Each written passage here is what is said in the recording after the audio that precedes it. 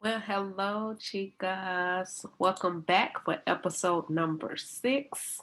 And episode number 6 is going to be Where is God's Voice in the Middle of Chaos? I am super excited to talk about this. This is one thing that I have definitely taken some time to learn and to discover in regards to my own personal life and just in general with things that's going on around me. And so I'm excited to share some of the tips and some of the things that I've learned over the course of time with you all. So, one of the things that's for certain is that at some point in time in our life, we all have been in search for God's voice, right? So, there have been many times where I know for a fact that if you're anything like me, you have heard yourself ask God from time to time, God, where are you? And one of the things about that particular question is that it always gives God an opportunity to get involved when you have finally come to your wits' end. Because if we're asking the question, God, where are you? Is something that's going on in our particular life where we have either shut down the close the channels to where God can actually become and be involved in something that we're doing, or we've hit a place in our lives where we feel like we got things taken care of, we're good, we don't necessarily need to, beckon for God all the time or whatnot in our lives. And so when we get to a certain place where we feel like we're just on this path and on this journey and we're just doing our own little thing and things seem to be smooth sailing, and then all of a sudden we hit this particular brick wall in our lives and things start to crumble and fall apart. We start to concern ourselves and to wonder, God, where are you? Here's the reality: God was there the entire time. We can't knock that. We can't deny that. We can't smite that or anything of that nature. He was there the entire time. However, we were never in a place where we utilized him or where we acknowledged him as much as we should have to get him involved in our everyday lives. I've talked about it in the earlier podcast where I made mention that every time when I wake up in the morning, one of the very things that I try to do in the morning is to spend time with God so that I can get his heart, so that I can understand what's going on with my day, so that I can put some type of motion to my day. Even like here I am filming this podcast today, and what did I do this morning when I woke up? I woke up and I asked God, I surrendered the podcast to God. I surrendered these moments with him, with me talking and speaking to you all so that I can give him access to be involved in these different podcasts that I do. And so I love the fact that I have learned over time to invite God into every aspect of my life. I don't try to do anything individually. I don't try to do anything now apart from him or aside from him. I'm always in a place where I'm trying to actually make sure that I keep God first and foremost and center so that we're making the best moves possible in regards to my own personal life as well as the brand Purity is Precious, this podcast, and the other things that I have going on behind the scenes. So when we are in a place where we are looking for God's voice in the middle of chaos, there could be just so many things that just happening that's going on around us, to the fact that it is, for one, chaotic, it is two, a distraction, and then three, it's just unnecessary mess or drama in our lives that don't necessarily have to be there. And so one of the things that I'm going to talk about into this podcast is definitely where we are in regards to how did we get to a place where we're in the middle of a lot of chaos in our lives. And I'm definitely going to talk from it from a spiritual perspective as well as a physical perspective, and channel it into also, of course, the purity and things of that nature. But one of the things that I wanted to touch on for sure is that, the purity walk, keeping yourself and celibacy is not an easy walk in the park. So there will be times in your journey and in your walk where you will get tired of waiting and holding out. And this would be moments where you too may question, God, where are you? Because there's nothing wrong with questioning God. There's nothing wrong with asking God questions about something that's going on in our lives that's not right or that makes us feel some type of way. There is nothing wrong with that. And I don't want any of you all to ever feel like it is something wrong with questioning God. I've heard people say that statement like, I won't question God. I don't understand, but I won't question God. I think that that's sort of kind of religious, and that's a statement of someone who don't necessarily understand that they do have the ability to ask questions for God, and God can answer if he wants, and if he don't want to, he definitely don't have to. But there is no shame, and there is no darts against him if you question something that he is doing, or question something that he is requiring for you to do. I have questioned God on multiple occasions. And I can be honest with you, when I question God on multiple occasions, He may have given me an explanation as to why He feels such a way. And then there are times when I have questioned God on certain things and He did not give me an explanation on such a thing. But at the end of the day, His answer and His demand that He had required from me remained the same, which means you just better do what I say. Okay, so that is perfectly okay. You kind of learn and you grow and you understand how God functions and you understand how He communicates with you specifically. Because I am someone that can be extremely stubborn. I am definitely someone that can have my own type of mind, and I'll be like, at the end of the day, this is what I think is best for me. This is what I'm going to do. And when I get like that, and when I don't allow God in, and when I think that I have all of the answers, then at times God will, um, then at times there will be a place where I create unnecessary chaos in my own personal life. And so this podcast is definitely to help you all not to create chaos, unnecessary chaos in your own personal life. But then if you do have it, then perhaps this podcast is going to help you to really be able to determine and understand why you have this particular chaos in your life and what you can do to, rid yourself and to free yourself from it. And so without further ado, I want to start off with talking about how chaos shows up in different forms. Chaos shows up in different forms in our lives. So whether it's via family, it is via relational, it is through untamed sexual desires, whatever it may be, chaos shows up in different forms. What your specific job is to do at that particular moment when you realize that there is some form of chaos in your life and then you're questioning where God is, you need to determine what type of chaos is it. So is this chaos, like I stated, from something going on with a family problem, a family issue, mother-daughter relationship, daddy wounds, mother daughter father wounds, things of that nature? Is this unsexual? Is this untamed sexual desires from the past? That is definitely possible because, as I talked about, and as I'm going to reiterate again, there will be things that will happen that will be lodged in our memory bank, which will produce memory recall. And anytime when you're struggling with memory recall, you run the risk of always having this part of you that comes up and that flares up that creates some form of unrest internally. And so it is important that whenever there is a situation or whenever you hit a place in your life where there is this enormous amount of chaos, that you start to take the time to find out what type of chaos is it and where does it even stem from. If you do not pinpoint where it stems from, it's still going to have free reign to stay because you have yet to tap into the place of where this chaos is coming in from. And so as you determine what type of chaos you are experiencing, you get more authority of how to actually channel it, come against it, cast it down, bring it to a place of rest so that you can actually overcome it. So I think that when we're dealing with family chaos or whatnot, some situations are things where, it could have been so long since we dealt with something, or it has been a family secret or a family something, whatever it could be, that it has been swept under the rug so often that we never took the time to really deal with it. And now it's producing a whole different level and a whole different breed of chaos. And now it has caused us to get into a place of unrest emotionally, mentally, and physically.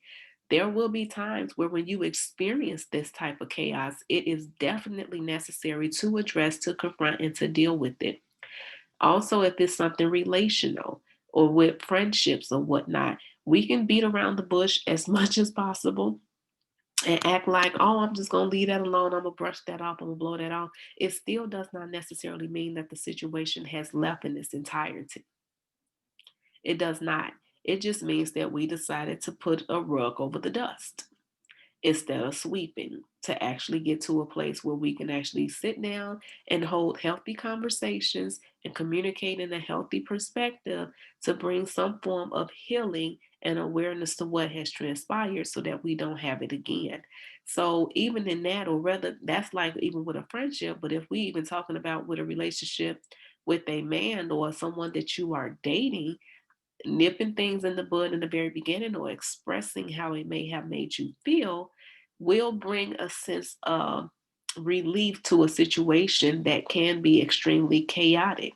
But timing is important. Knowing when it's the right timing to address it, knowing when it's the right things to say, knowing how to say certain things so that it does not produce uproar that can necessarily be more detrimental to the situation. Also, even dealing with that is like, when it boils down to untamed sexual desires, those things are important. So if you're someone that is struggling with, pornography or lust or masturbation, and you are constantly in a place where you're trying to understand why are you steady coming up against certain levels of chaos in your life, whether it is a spiritual form of chaos or a physical form of chaos, you need to know that you have to get to the root of where it comes from. So even though you may be someone that um, struggles with pornography, it does not necessarily pornography is the out is the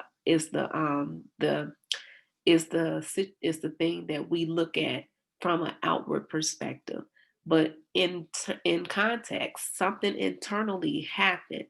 Were you introduced to pornography through someone else, through an uncle, through a friend, through someone that was supposed to have been some form of a mentor to you, or that had babysitted you when you were younger? You were exposed to something prematurely that you should not have been exposed to, and you might have thought that this was perfectly normal to watch such a thing when in actuality it is not.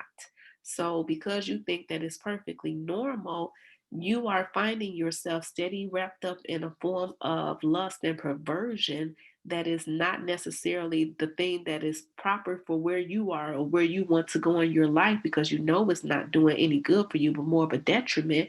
But because you're wrapped up in it, you need to find out what was the source. Where did this thing originally originate from? That now you are wrapped up in it, so that you can finally get to a place where the chaos that you're experiencing, you have the authority to come against it and to finally be able to break free. So even in that, that brings me to my next point. Like, what doors were open that allowed this chaos to come in? Was it through a conversation? Was it through family drama? Is it lust? Is it perversion? Is it masturbation? Is it pornography? Is it through TV, through music that we listen to? We have to be careful with that, because these things will channel bigger and larger issues than what meets the eye. And when it channels bigger and larger issues that meets the eye, we have a harder time trying to unravel ourselves from it, because now we have to really get down to the source and to the core of where this even originated from or where this even had begun.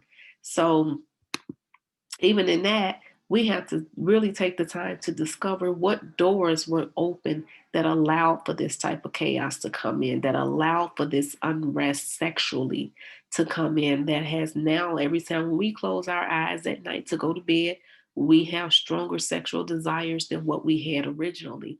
Or every time we close our eyes when we getting ready to go to bed, or we have this sexual image that flashes by our heads of something that we may have seen today, yesterday, or it even could have been years ago. Because the reality is when we are wrapped up into pornography, that thing lunges and lodges itself in our memory gates for years and years and years and years.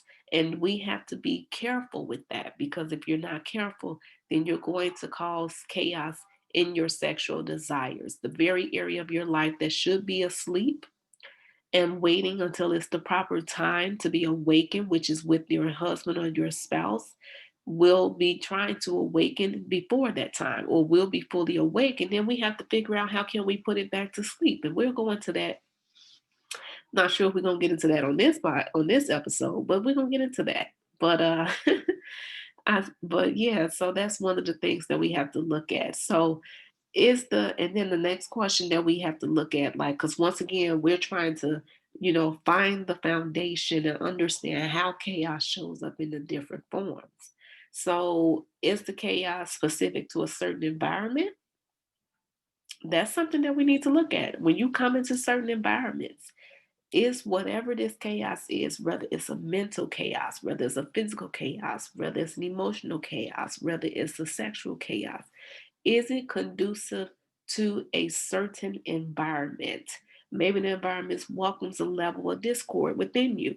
So if that's the particular case, we need to understand, what is it about this particular environment that is causing me to feel some type of way, or causing you to feel some type of way? What is the memory that happened here that now became a learned behavior internally in me that now breeds this thing? Or, you know what I mean? Like, and I'm saying in me as an example, but this is how I had to start to unfilter some things, even in my own personal life. It wasn't until I started to really look at things totally different and totally from a different perspective and totally from a different viewpoint that I started to question the very environments and the very atmospheres that I came into, that actually reminded me of something. So there were times when I could walk into a totally different building and something about that building just didn't feel right or didn't sit right with me. And when I experienced that, then I would be like, okay, what happened? It may not be something about this building specifically, because this could be the first time that I came into this building. However, something about this specific room reminds me of another room where an encounter or a situation had happened, whether it was just an argument, whether it was just something, you know, whatever could have happened, because it don't necessarily always have to be something sexual, but at the end of the day, there are different levels of things that happen that breeds discord within us, and we need to see what exactly did that originally come from. So we are, trying to really understand, how does this chaos that we are going through show up in different forms, because we're trying to figure out, where is God at in this? And in order to figure out where God is in this, we definitely have to understand how this chaos is steady showing up in our lives. So those were some things that I would personally, if I was you, and that I've done, where I would take some time to really look at some things for what I'm experiencing. Is it via family? Is it via relational with friendships? Is this untamed sexual desires? What doors was open? Was this conversations, drama, pornography, lust? What is the environment like? Did something happen in a specific room at a certain time in my life? Did something happen in this specific building? Did something happen in another building? What happened that now has a level of discord in my members? That's what we need to discover. And then after we discover those things, we have to know that we have to allow for God to sober your emotions. Because truth be told, something may just knock the wind up out of you. The wind may get knocked up out of you, and you're going to be like, I totally forgot about that. I can't believe that happened. I'm so ashamed about this. Da da da da. I thought that I was over this situation. I thought that I was that, because we talked about in the previous episode, in episode 5, fighting to become her. And when you're fighting to become her, you're fighting to become the best version of yourself, which means that there are going to be things that you're going to have to visit, even in the past of your own personal adult life. You're going to have to visit those things. And if you're a teen, you don't have to wait till you're an adult to visit it. You can start to visit those things now, but you're bringing healing to those areas. But at the end of the day, when you discover those things, and just like how we just talked about, we're discovering the different chaos and things of that nature of how it even happened, where we're questioning, where is God or whatnot, you're going to have to allow for God to sober your emotions. So stop trying to be in control of everything and surrender what you can't control to God. Stop trying to be in control of everything. Ask someone, that is a person that likes order, that prefers things to be done right. I can be a control freak. I can be someone that wants to say, hey, this has to happen this way, this has to happen that way, this has to go this way. If I don't necessarily always understand it, then there are some times when me personally, I don't see how it's going to happen, or I don't see how it's going to unravel, or I don't see how it's going to manifest itself. But the thing is that everything is not for me to see. A lot of things is for me just to operate and to move about a faith. And that's how you're going to have to be, even with sobering up your emotions. You're going to have faith in God to bring the healing, to bring the awareness, and to bring whatever it is that needs to be brought to you internally so that you can reach the place of wholeness within as well as externally. So you cannot afford to try to be in control of everything. You have to learn and master the art of surrender. You have to master the art of surrender and continue to make it a daily decision to surrender things to God on a regular. On a regular. So if you're just walking throughout the day or whatever and something happens, make it a conscious decision to say, God, I surrender that to you. God, this just rubbed me the wrong way. I surrender that to you. God, I choose not to be angry about this situation. I surrender that to you. I had to start to train myself and to program myself to become that way so that I could actually get to a place where I would be fulfilled in knowing that regardless if I could handle it myself, regardless if I could take care of it, God got it. It has not been the easiest thing to become that way. It has not been the easiest thing to do, but it has been one of the most rewarding things that I have done. So, the other thing that I want to talk about is that allow for yourself to feel so you can give God full reign over those emotions. Because once again, we're talking about asking God, like, God, where is your voice in the middle of chaos, right? We're talking about trying to hear God's voice. One of the things that we all struggle with is that we come to a place a lot of times where we try to suppress our emotions, or we try not to feel the hurt, the pain, the trauma, the disappointment, or whatever may have happened or transpired in our lives. We hit those places, right? And when we hit those places, we train ourselves to become numb. And by training ourselves to become numb, we train ourselves to not be present. And that is one of the most devastating things that a person could do to themselves. And I had to learn that the hard way. I was a person that can just come and go and not worry about what was going on or what others was doing and what was happening. And when traumas would happen and when things would hit me and when I would be devastated and hurt by some things, I would not express it because one, I didn't want to give the person the satisfaction of even knowing that they hurted me or that they succeeded if it was an intentional blow that they was trying to do, right? I didn't want to give them the satisfaction of even knowing that. Secondly, I didn't want to even acknowledge that that type of hurt and that type of disappointment and pain even existed.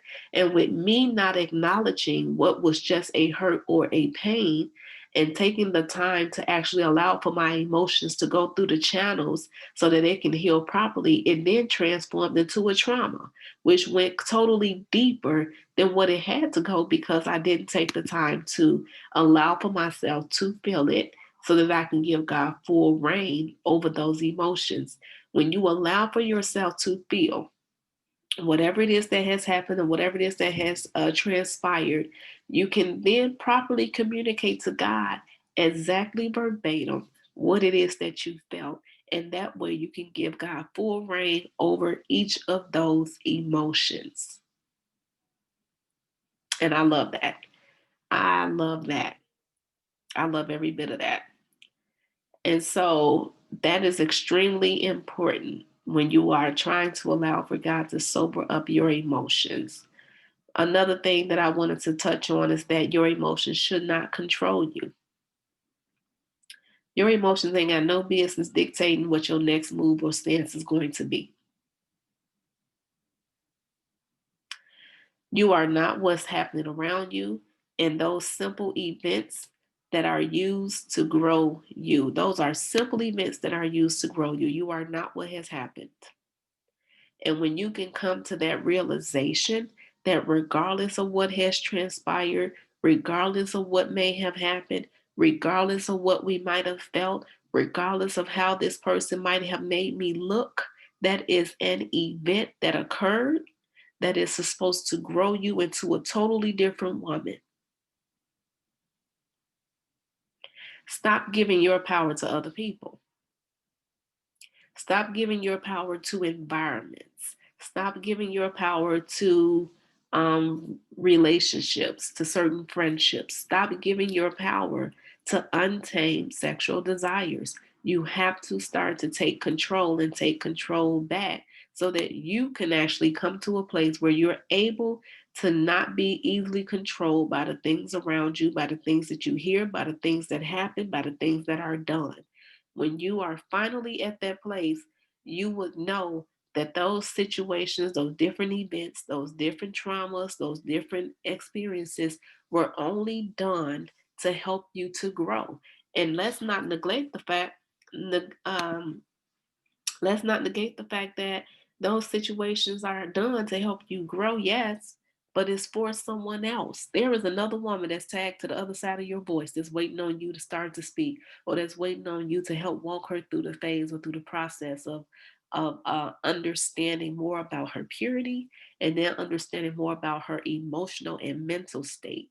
This thing with purity is not, and it has never been just a sexual component. And as I continue to grow and walk and understand purity, I started to recognize that in order to abstain from premature sex, or in order to not allow yourself to be used and abused by men that don't mean you any good, and that's only out to get what they want or they can get from you. When I started to really learn that, I started to learn that a lot of those things were triggered and was connected to my emotions, to my mental state, to my mental capacity, to how I viewed myself, to things that I said about myself, to the things that I believed concerning myself. That's important. So you got to give God those emotions. You got to give God those emotions, and you definitely have to allow for God to sober your emotions. And so the next point is like, we're steady questioning because we started off wondering, like, where is God's voice in the middle of chaos? And our question normally is, God, where are you? That's normally our question, right? God, where are you? Why you not talking? Why you ain't saying nothing? Where you at? Why you seem to been left me? Why you departed me? Where you at? I don't feel you. I can't hear you. I can't da da da da da da. We got so many questions. And we're mostly wondering, where is God, right? There have been times that I have had moments where I will be sitting in my quiet time with God, and I'm like, God, I don't feel like I'm getting anything up out of this. I don't feel like anything is happening. There are days when I know you here. There are days when I know you in the room with me. There are days when I know and I can hear your voice just as clear, and you talking and you giving me a whole mouthful, and you're letting me know how you feel about me. You're letting me know what steps I should make. You're letting me know my A to my Z, right? There are moments when I feel like that. And then there are moments when it's like, God, I don't even hear you. You ain't saying nothing. What's going on? Where you at? Where you at? Because this ain't what I'm used to. It seems like he done went silent on me. And it's like, where are you? Because like I got this going on, I got that going on, this has to happen. I need to make a decision on this, I gotta make a decision on that.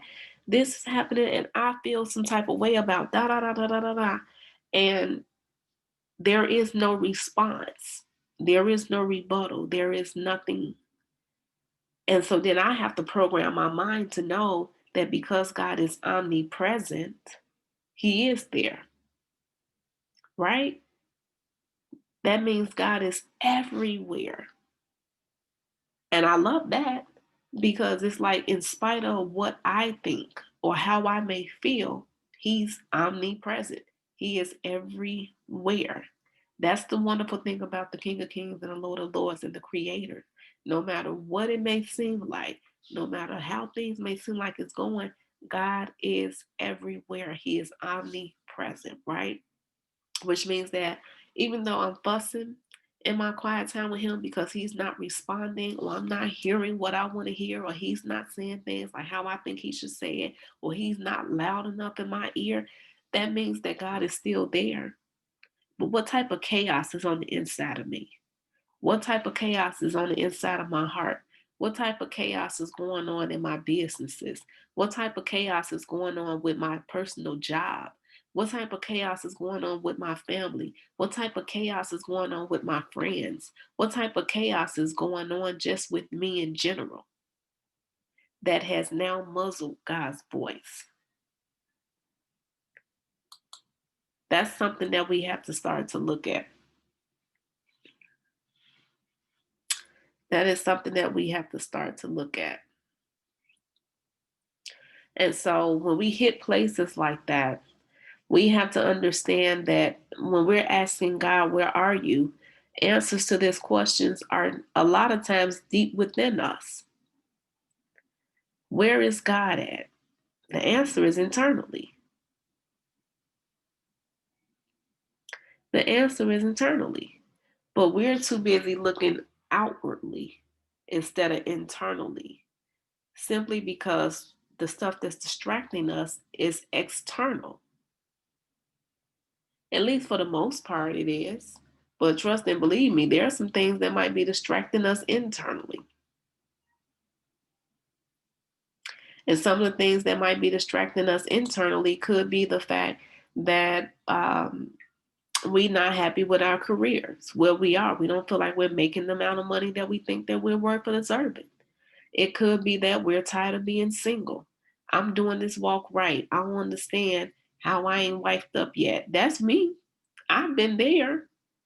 I've been there plenty of times. I don't get how the world I'm still single and I'm trying to do this thing right, and I'm looking at everybody else getting wiped and engaged and the whole nine, and then I'm left feeling some type of way.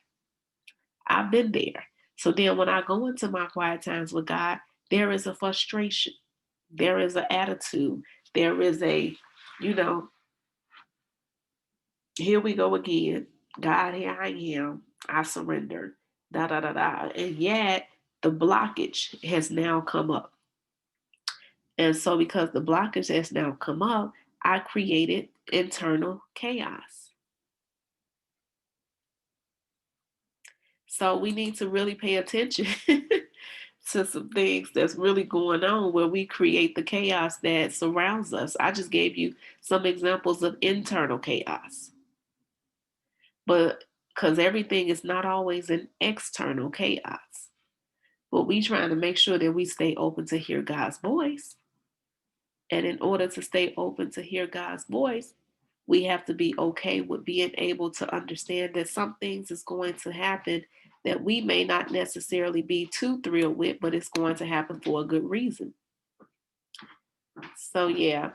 So, as we continue to grow and to develop and to understand that we have to look at different facets and different avenues in regards to like understanding, where God is or how do we even get to this place, that's going to take us time, but it takes us time and actually taking the time to look at things for what it really is. So, another thing that I want to talk about is like even locating God in diverse ways. We've asked the question, God, where are you?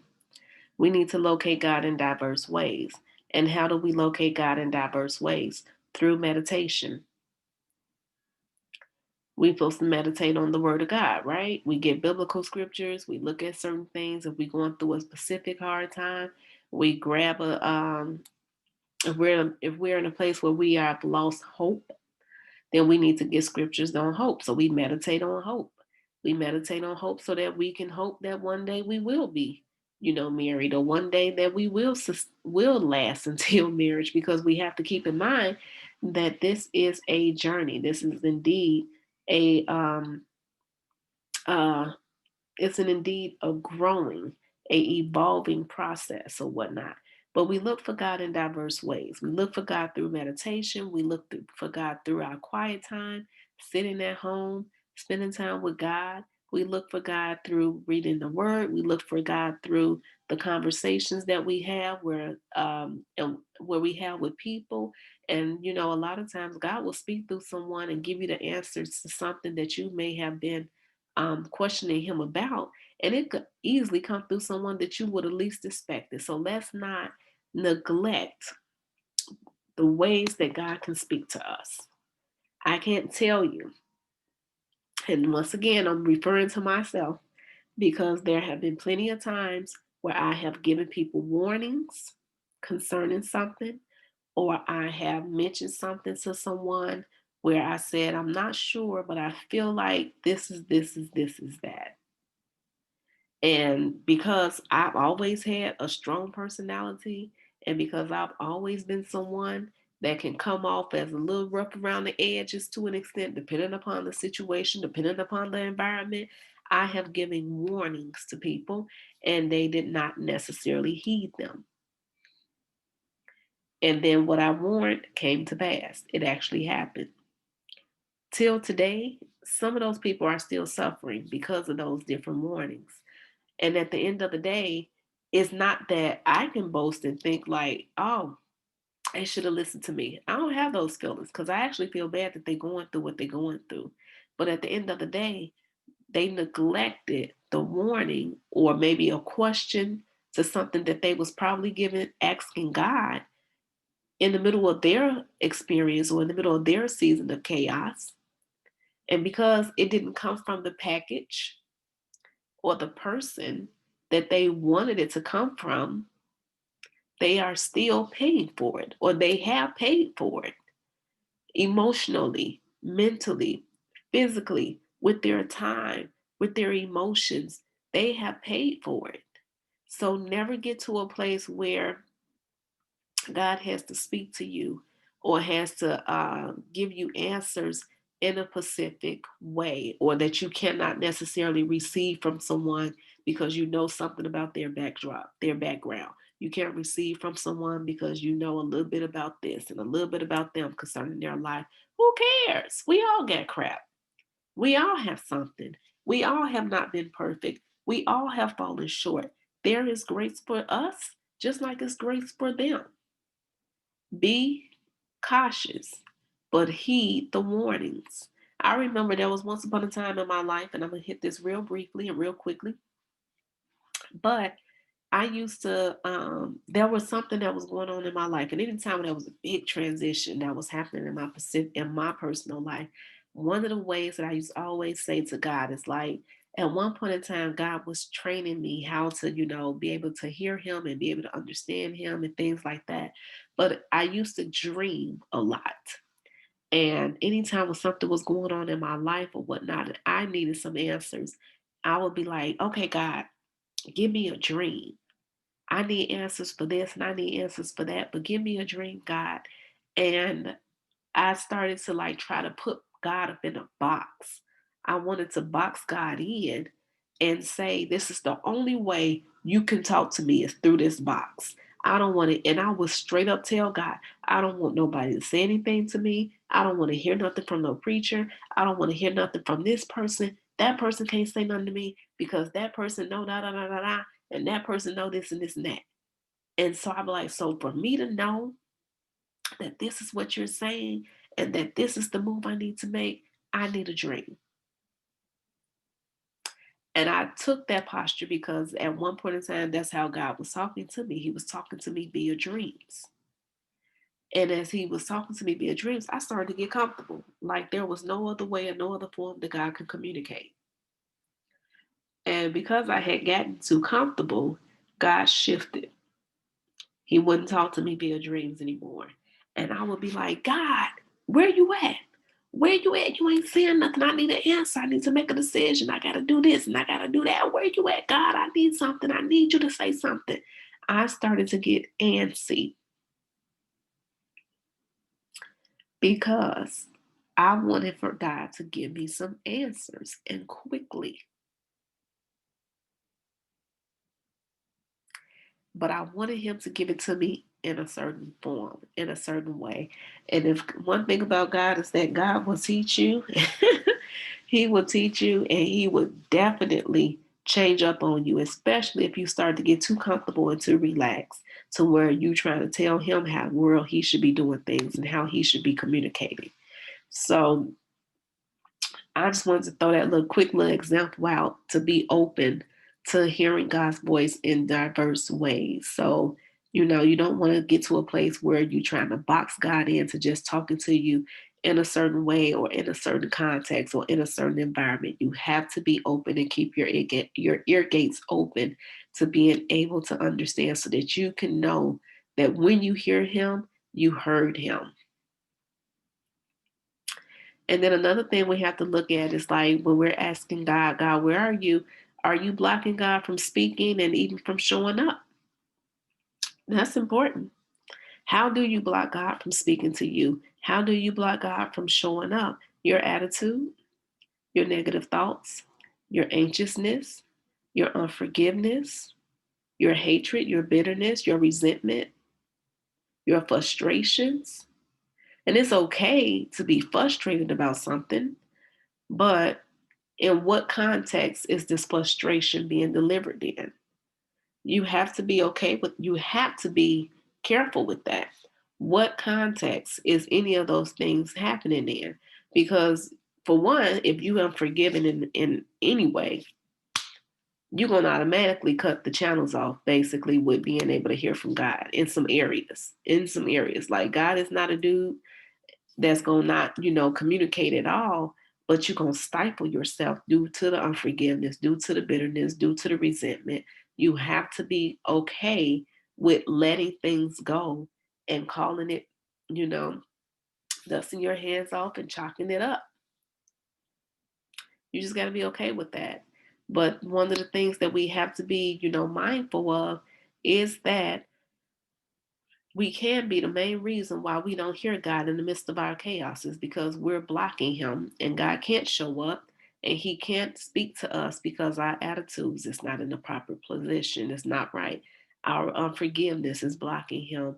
Our hatred is definitely keeping God away. We cannot be in a place or in a position where we are asking God, where are you? When we have all of those different things in our lives unchecked. Now, the good thing is that God is sovereign and God can still come through and God will do that. And God will deliver and restore, even in spite of some of those things being in position, even in spite of all those things being in position. However, you still limit him on what he can do because our hearts is not right. So the last thing I want to touch on with you all is like ways to overcome. Like we're talking about, God being in the midst of about God being in the midst of us or whatnot. And where is God in the midst of chaos? The next thing that I do want to talk about is like ways to overcome, because when we want to overcome something, it is extremely important that we develop the stamina and the ability to be able to overcome, because that's important. It is extremely important. So, one of the ways to overcome is to be open to trying something different. Be open to trying something different. What does that mean? What do you mean be open to trying something different? Okay. So, I usually, as I mentioned, I get up in the morning. That's usually the first thing that I try to do or whatnot. Um, with my time frame with God, when I'm spending time with God. Maybe trying something different could be as simple as changing my time frame. Maybe, you know, am I getting up early enough? If I get up at 8 a.m. and I'm giving God from 8 to 10, my time with Him, perhaps I need to sacrifice a little bit more and get up at 5 a.m. and try to add some extra time. Let's do 5 to 8, because there are plenty of things I can do. I can pray, I can worship, I can read my word, I can sit still before the Lord, I can sing to God, I can worship. Well, I'll say worship, but those are like, even if we took took all five of those things that I mentioned and we did 30 minutes of each, we done already ate up 2.5 hours. So I could just be doing I could do something totally different. Maybe because the reality, here's the truth about my devotional time. My devotional time varies. There are times when I just sit still with God for 1 hour, and then I have to get ready to get up and go to work or whatever it is that I have going on. There may be times when I may sit still with God for 30 to 40 minutes, and then for the next 30 or 40 minutes, I'm going to read my word or I'm going to pray. There are different, I go based upon what I feel for that day and what it is that I feel like God is asking for me to do. So, just ways to overcome is just doing something different. Maybe you are not a singer, but you should start singing to the Lord. Our voices to us might sound like a screaming cat, but to God, it is a beautiful fragrance in His nostrils. I told you I love to dance. You might have two left feet, but to God, it's the effort. You are still beautiful and perfect and endearing in His sight.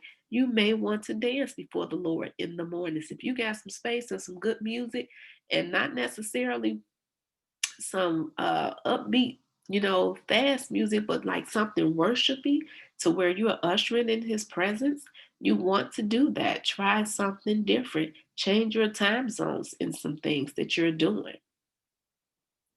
Mix up the patterns of some things that you're doing. I always spend time with God in the morning. Perhaps I need to pray first.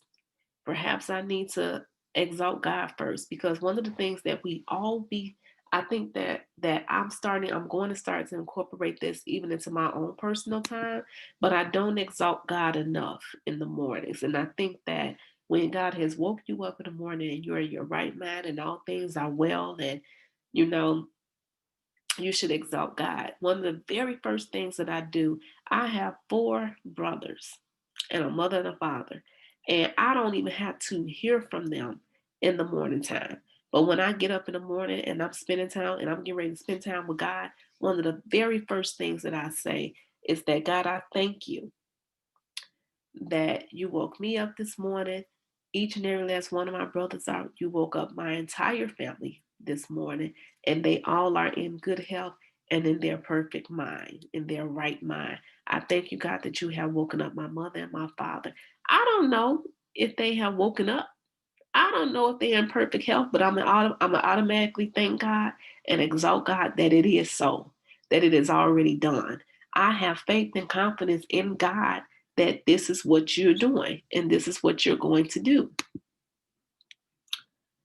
So I was just giving you like, and I kind of, got off a little bit, but that was just a way. I'm giving you different ways to overcome or whatnot. So be open to trying something different. That's the first thing. The next thing that I want you all to do to overcome is to forgive whoever it is. Unforgiveness blocks communication with God. You have to forgive. Let it go. It's going to be hard. It's going to be difficult. It's going to be a process and a journey, but you are worth the journey. You are worth the freedom in your mind. You are worth the liberty. You are worth not being ensnared into something of the past when everyone else, and even when the person that has done it has already moved on with his or her life. Let it go. Surrender it. Give it to God. Trust God. Love on God. Give and ask God to bless them in their household and bless their family and bless their finances and bless whatever, because the very thing that you're asking God to do for them, and when you're asking God to do it from a genuine place, God can do it for you. God can do it for you. The last thing that I want to talk about is, and we already brushed on it, but it's to surrender the need to control the outcome. Surrender the need to control the outcome. You do not have to control how things pan out for you. All you have to do is show up and be present and trust that God will do it for you. That's it. That's it. God is always near and present, and He always wants to be able to, do things for you and access things for your life or whatnot. And He desires to do those things for you, but He have to have room to do it. You have to give Him the room. You have to give Him the access. You have to give Him the very things that He needs from you to be able to do that. That is a heart that is open to healing. That is a heart that is open to forgiving. That is a heart that is open to evolving. That is a posture that is open to growing. That is everything that you want to be. You want to be the best version that God can have, that God can use, that God created you to be in the very beginning. You have to just get to that place where you make a decision. And a lot of this stuff is making decisions. So when we're talking about where is God's voice in the middle of chaos, the decision has to be made that you're not going to allow for anything to happen or to be in your life or whatnot that's going to hinder you from hearing God's voice. The decision has to be made that you are going to work your butt off and that you're going to look at every avenue, every channel, every situation in your life, and you're going to make room, clear it out, forgive, surrender, release it, um, address and confront it so that God can talk and that you can hear God's voice clearly. So, where is God's voice in the middle of chaos? The question is, where are the voices in you in the middle of the chaos?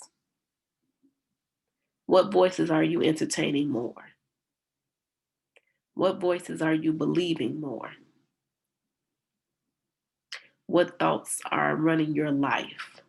What beliefs are controlling your life? What friend? What coworker? What man? What mentor? What sibling? What child has control over you and has control over what it is that you know that you should be doing?